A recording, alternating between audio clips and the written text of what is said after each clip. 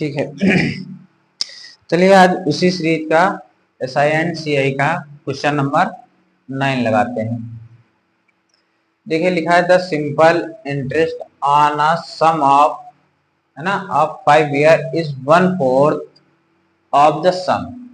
What is the rate of interest per annum. इसका मतलब समझते हैं पहले। कह रहा है कि जो the simple interest on a sum, जो सिंपल इंटरेस्ट हमको मिल रहा है 5 साल में, वो है 1/4 ऑफ द सम, यानी प्रिंसिपल का 1/4 है। ठीक, जो भी हमने प्रिंसिपल लिया होगा, जैसे 100 रुपए हमने उधार लिए हैं तो उसका 1/4 हमको ऐसा ही मिल रहा है। ठीक, अब मान लेते हैं कि लेट प्रिंसिपल इक्वल P। ठीक, तो SI कितना होगा? देखो जो SI, देखो कहाँ लिखा है, SI जो है 1/4 है ऑफ द सम, यानी प्रिंसिपल का 1/4। ठीक, ये हो गया, है ना। What is the rate of interest, हमको बताना है रेट क्या होगा। अब उसी फॉर्मूले में रख देते हैं। तो SI इक्वल होता है PRT अपॉन 100। अब जो हमने SI मान रखा है P/4, प्रिंसिपल P ऑलरेडी है ही है, और हमको बताना है टाइम पीरियड दे रखा है 5 साल के लिए। ये देखो टाइम पीरियड कितना है, 5 साल, यानी 5 ईयर। ठीक, अपॉन 100। अब इसको सॉल्व कर लेते हैं, आ जाएगा। देखो हमको रेट बताना है, रेट के साथ सारे रिलेशन देखते हैं। P/4, ये देखो इधर डिवाइड में है तो इधर आएगा मल्टीप्लाई में, ये दोनों आर के साथ मल्टीप्लाई में है तो इधर आएगा डिवाइड में। ठीक, इक्वल आर। ठीक, अब देखो P से P कैंसिल, है ना, कितना बचा 100 अपॉन 5/4 जा 20, ये आ गया आर। तो 1 0 से 1 0 खत्म, 2 1 जा 2 2 5 जा 10। हमारा रेट आ गया 5% पर एनम। ये हो गया क्वेश्चन नंबर 5, आसान था। ठीक, अब इसके बाद अगला क्वेश्चन देखते हैं, क्वेश्चन नंबर 10। ये समझ में आ गया सबको? इसके बाद आते हैं क्वेश्चन नंबर 10 पे।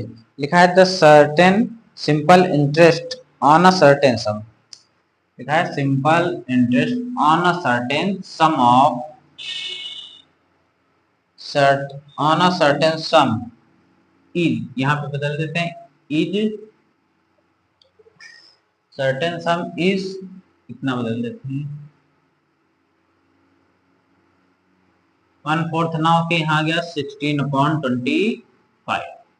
वही सेम क्वेश्चन है, कुछ बदला नहीं। ऑफ द सम, यानी सम का अभी तक 1/4 था, 16/25 बन गया है। ठीक,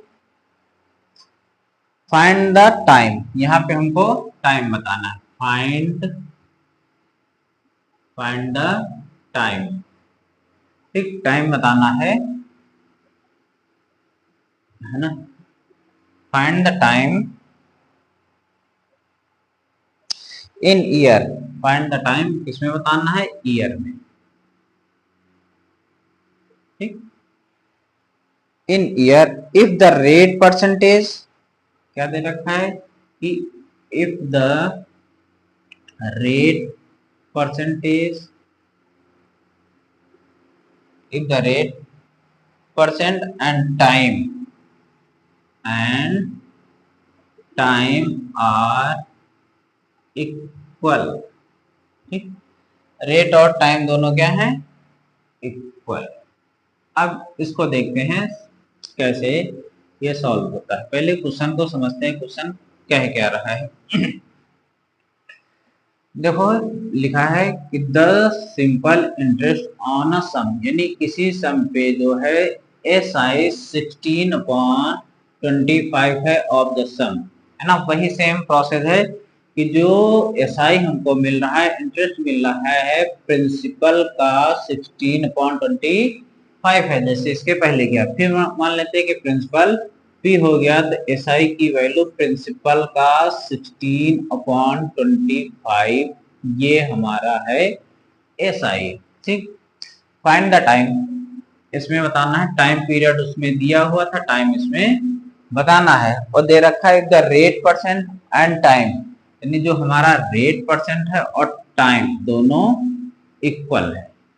ठीक, अब इसी को यूज, वही सिंपल इंटरेस्ट का फॉर्मूला यूज करके फिर निकालते हैं, है ना। तो एस आई इक्वल हो गया पी आर टी अपॉन 100, जो वैल्यू जैसे दे रखी है वैसे पुटअप करके चले आइए, सॉल्व हो जाएगा।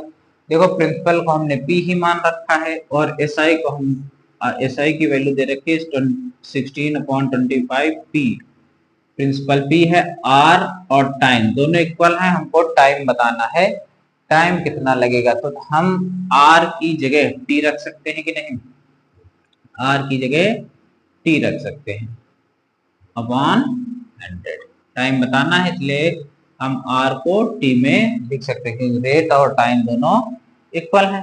ठीक, अब इसी को सॉल्व कर लेते हैं। देखो 16p/25, ये इधर डिवाइड है टी के साथ तो इधर आएगा मल्टीप्लाई में। ठीक, इंटू पी इधर मल्टीप्लाई में तो इधर आएगा डिवाइड, तो टी का टी से मल्टीप्लाई करेंगे तो टी स्क्वायर हो जाएगा क्योंकि मल्टीप्लाई में पावर ऐड होती है, यहाँ एक पावर और एक यहाँ पावर, एक और एक मिलके 2 हो गया। ठीक, देखो p से p कैंसिल, 25 बन जा 25, 25 4 जा 100, तो टी स्क्वायर की वैल्यू आ गई 16 इंटू 4 यानी 64।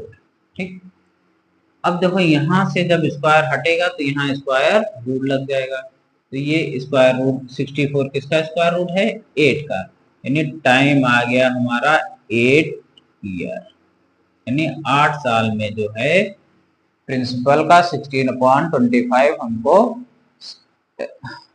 सिंपल इंटरेस्ट मिलेगा। ये है हमारा 9th क्वेश्चन। ठीक, अब इसके बाद अगला देखते हैं क्वेश्चन नंबर 10।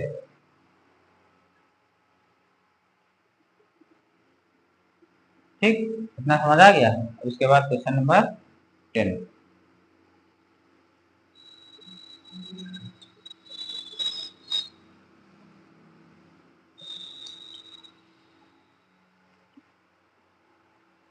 नहीं, क्वेश्चन नंबर 10 लगवा चुके हैं।